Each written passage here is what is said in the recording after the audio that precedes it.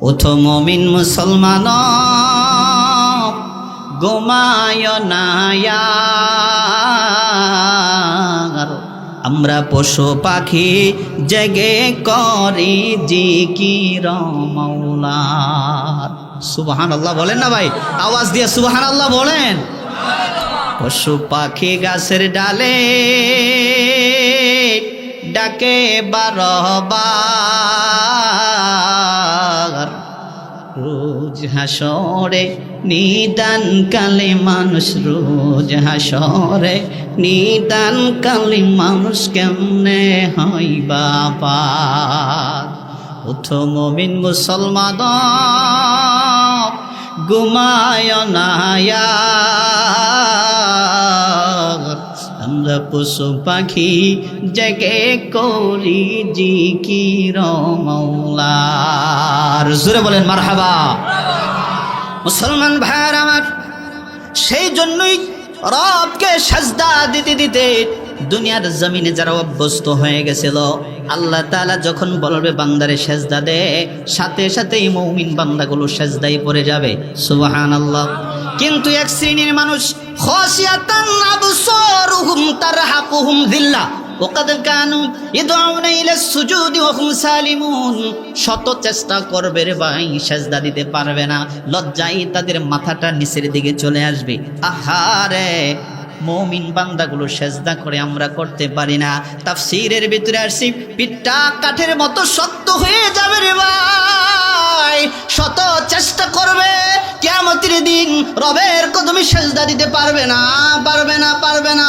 ও মিয়া, আমার রব আল্লাহ তাআলা বলেন, বান্দারে দুনিয়ার জমিনে শীতের রাত্রে বলে ফজরের সময় ঠান্ডা পানি দিয়া কনকনা শীতের ভিতরে ওযু কইরা মসজিদে চলে যাইতি রে, আমি রবের কদমে সিজদা দিতি, মনে বড় আশা ছিল রে রবকে একবার দেখবি।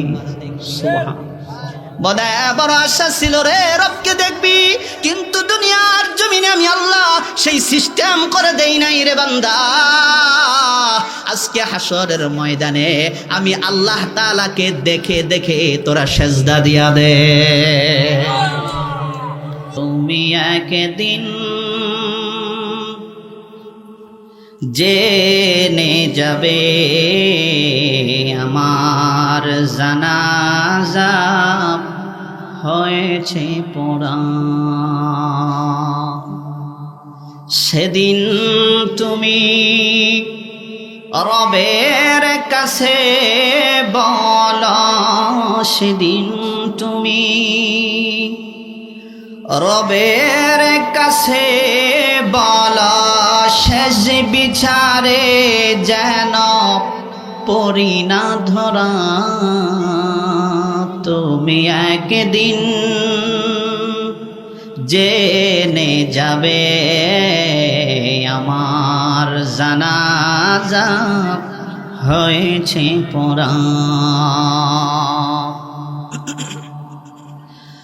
জরা পাতা জরে যাই, রাখে না কেউ তার হিসাব কিতাব।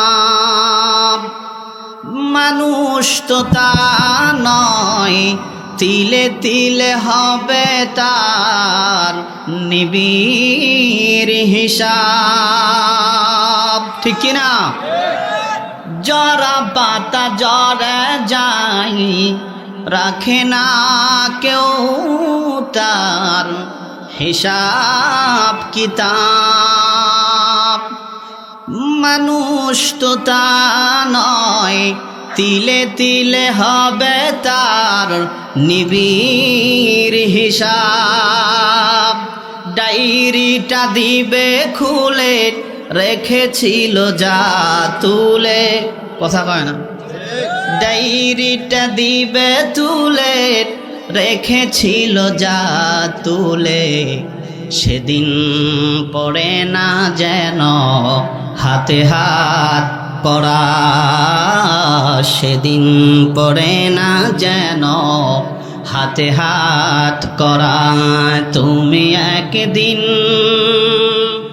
জেনে যাবে আমার জানাজা হয়েছে পড়া। সেদিন তুমি খুদার কাছে বলো, সেদিন তুমি রবের কাছে বলো, শেষ বিচারে যেন পড়ি না ধরা। তুমি একদিন জেনে যাবে আমার জানাজা হয়েছে পড়া। ঠিক কিনা আওয়াজ দেয়া বলেন? মরণ তো লাগবেই, মরণ তো আসবেই, ঠিক কিনা আওয়াজ দেয়া বলেন? আমাদের মরণটা আমরা দোয়া করব আল্লাহ তাআলা যেন ঈমানি মরণ দান করে। জোরে বলেন আমিন। লা ইলাহা ইল্লাল্লাহ, লা ইলাহা। মাশাআল্লাহ, জোরে আওয়াজ দিয়া সবাই লা ইলাহা। ভাই দোকানপাটে রাস্তায় যারা আছেন, যুবক ভাইরা যারা দাঁড়িয়ে আছেন, মেহরবানি করে পায়ে হাত রেখে বলবো কিছু সময়ের জন্য আমরা বসে যাই। আজকের এই প্রোগ্রাম, এই মাহফিল হতে পারে আমার জীবনের শেষ আখিরি মাহফিল হতে পারে আল্লাহ তাআলা এই প্রোগ্রামের খাতিরে আমার গোটা জিন্দেগির গুনাহ মাফ করে দিতে পারেন। ঠিক কিনা আওয়াজ দিয়া বলেন? সেজন্য আমি পায়ে হাত রেখে বলতে চাই, যারা এখনো বাহিরে আছেন, ঘরে আছেন, মেহরবানি করে মাহফিলে বসে যান। আল্লাহ তাআলা আজকের এই প্রোগ্রামকে কবুল করুন। জোরে মহাব্বতে বলুন আমিন। লা ইলাহা ইল্লাল্লাহ, লা ইলাহা। মাশাআল্লাহ, জোরে মহাব্বতে লা ইলাহা ইল্লাল্লাহ, লা ইলাহা। বাইরে বহু দূরে মদিনায় আমরা কেমনে যাইব জানি না। হায়রে বহু দূরে মদিনায় আমরা কেমনে যাইব জানি না। দয়া কর দয়ার আল্লাহ, দয়া কর দয়ার আল্লাহ, মিঠাও মনের বাসনা। লা ইলাহা ইল্লাল্লাহ, লা ইলাহা। মাশাআল্লাহ, লা ইলাহা। জান্নাতেরি হুর নারী, জান্নাতেরি হুর নারী, এই নামেরি মাতোয়ারা। লা ইলাহা ইল্লাল্লাহ, লা ইলাহা, লা ইলাহা ইল্লাল্লাহ, লা ইলাহা, লা ইলাহা ইল্লাল্লাহু মুহাম্মাদুর রাসূলুল্লাহ। আওয়াজ দিয়ে পড়ি সাল্লাল্লাহু আলাইহি ওয়াসাল্লাম। আলহামদুলিল্লাহ। কান্দানিয়া বড় বিটা খাদিজাতুল কুবরা রাদিয়াল্লাহু তাআলা আনহা মহিলা মাদ্রাসার উদ্যোগে দ্বিতীয় বার্ষিক ওয়াজ মাহফিলের সম্মানিত সভাপতি আলহাজ হাফেজ মাওলানা আব্দুল গফফার সাহেব দামাত বারাকাতুহুমুল আলিয়া, আল্লাহ তাআলা হযরতের হায়াতের ভিতরে বরকত দান করুন আমিন। সভাপতি আছেন আলহাজ মোহাম্মদ আব্দুল আজিজ সাহেব, সভাপতি বড়বিটা জামে মসজিদ ও অত্র মাদ্রাসা। প্রধান অতিথি হিসাবে আছেন আমার প্রিয় ভাই জনাব মোহাম্মদ শাহিনুর মল্লিক জীবন ভাই। আল্লাহ তাআলা ভাইকে ইসলামের খাদেম হিসাবে কবুল করুন আমিন। প্রধান আলোচক যিনি বন্ধুবর হাফেজ মাওলানা মুফতি কুকিল কণ্ঠের অধিকারী মুফতি ফজলুল হক বিন আব্দুল মালিক সাহেব দামাত বারাকাতুহুমুল আলিয়া, উনি বয়ান করবে ইনশাল্লাহ। মনোযোগ সহকারে আমরা যেন বয়ান শ্রবণ করতে পারি, শুনতে পারি। আল্লাহ তাআলা এই ভাইকে ইসলামের জন্য কবুল করুন আমিন। এবং আরেকজন তরুণ আলোচক আলোচনা করবে আমার ছোট ভাই স্নেহের হাফেজ মাওলানা ইব্রাহিম খলিল জালালি সাহেব, আমার পরে আলোচনা করবে। আমি আগেই বেছে নিয়েছি কারণ আমার আরেকটা প্রোগ্রাম আছে, সেখানে চলে যেতে হবে। যারা কথা বলবে আল্লাহ তাআলা ইখলাসের সাথে কথা বলার তৌফিক দান করুন, আমাদেরকে ইখলাসের সাথে শোনার তৌফিক দান করুন। জোরে মুহাব্বতে বলেন আমিন। মুহতারাম মুআজ্জাজ হযরত উলামায়ে কেরাম, সামনে উপস্থিত পিতৃতুল্য মুরব্বিয়ান, কলিজার টুকরা যুবক ভাইরা, পর্দার আড়ালে সম্মানিত মা এবং বোনেরা, সর্বপ্রথম আমি জানতে চাচ্ছি, প্রিয় কান্দানিয়াবাসী, আপনারা সকলেই কেমন আছেন? আলহামদুলিল্লাহর আওয়াজে বোঝা যায় তেমন সুবিধা না। ঠিক কিনা? এতগুলো মানুষ আলহামদুলিল্লাহর শব্দ উচ্চারণ করলে আপাতত সামিয়ানার উপরে যাওয়ার কথা ছিল। আপনারা যে আলহামদুলিল্লাহ বলছেন, সামিয়ানাও বুঝে নাই যে আলহামদুলিল্লাহ বলতেছি এখানে বসে। তাহলে আমি কি মনে করে বুঝবো যে আমরা ভালো আছি? আওয়াজ দিয়া বলেন, আপনারা সকলেই কেমন আছেন? আমাদেরকে ভালো রাখছেন কে? ভালো রাখার মালিক কে? যিনি ভালো রাখেন তিনি কে? আচ্ছা, আল্লাহ তাআলার নাম জবান থেকে উচ্চারণ করতে আমাদের কি কষ্ট হয়? কৃপণতা ভাব মনে হয়? যদি কোনো মানুষ, যদি কোনো ব্যক্তি আল্লাহর নাম জবান থেকে উচ্চারণ করা, আল্লাহর নামের স্লোগানের আওয়াজ জবান থেকে বাহির করার জন্য কৃপণতা মনে হয়, যদি লজ্জাবোধ মনে হয়, বুঝে নিবেন ইমানের ভিতরে বেজাল আছে। কথা বলেন ঠিক কিনা? আল্লাহর নাম আসতে হবে না জোরে হবে? জোরে হবে তো? দেখি কেমন জোরে। নারে তাকবীর, নারে তাকবীর, আল কোরআনের আলো, মাশাআল্লাহ, নারে তাকবীর। মুরব্বী বাবা, জাকি মেরে আল্লাহু আকবারের নাম উচ্চারণ করতে হবে, জাকুনি মেরে। বলে কেন?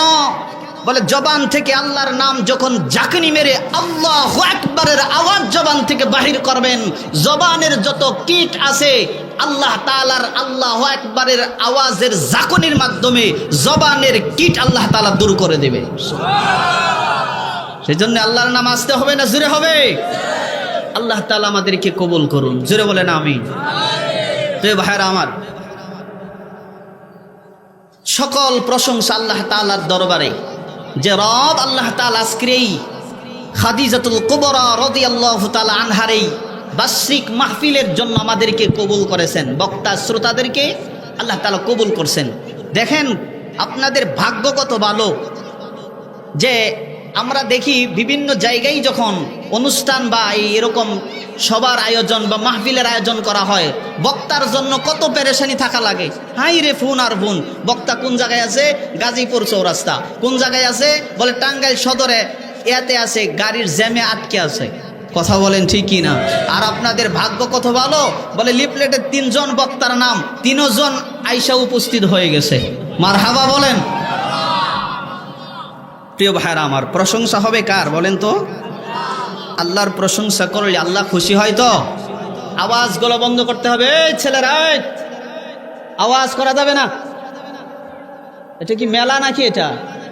হ্যাঁ,